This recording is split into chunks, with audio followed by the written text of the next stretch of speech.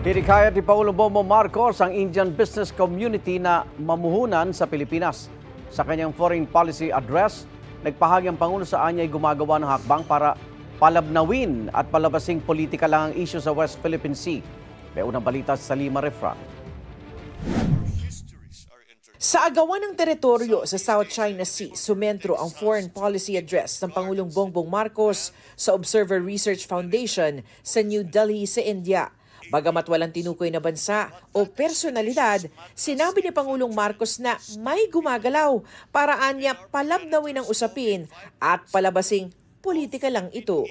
The complex issue of competing claims in the South China Sea has for years been unfortunately and simplistically reduced to the South China Sea disputes, as if claims were all equal. They are not.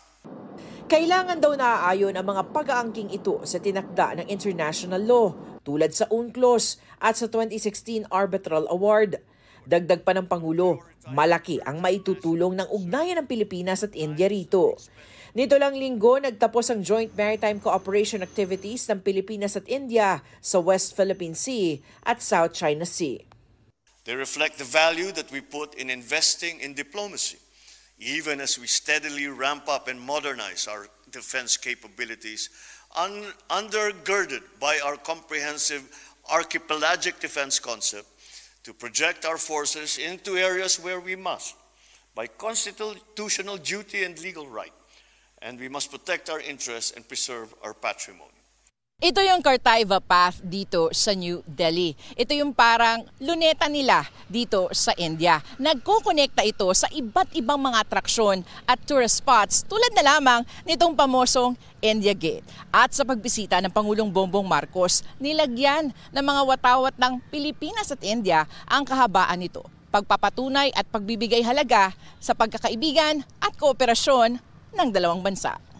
Hinarap din ng Pangulo ang Indian business community. Bukod sa paghihikayat ng pamumuhunan sa Pilipinas, sinabi rin ng Pangulo na nilagnaan na ang terms of reference sa mga negosasyon para sa India-Philippines Preferential Trade Agreement. Dito, magiging mas malawak at mas malaya ang market access ng dalawang bansa. As two of the world's most promising emerging markets, the Philippines and India view the PTA as a strategic platform to harness our shared strengths and elevate our economic partnership. India would be assisting the Philippines towards development of a sovereign data cloud through a pilot project. We are also exploring cooperation for the linking of payment systems. We'll be talking in terms of helping with launching Philippine satellites. There was a focused discussion on cooperation in the field of healthcare, particularly India's strengths in pharmaceuticals, traditional medicine. Pupunta ang Pangulo sa Bengaluru o Silicon Valley ng India para sa huling bahagi ng kanyang state visit dito sa India. Ito ang unang balita mula sa Bengaluru, India. Salima Refran para sa GMA Integrated News.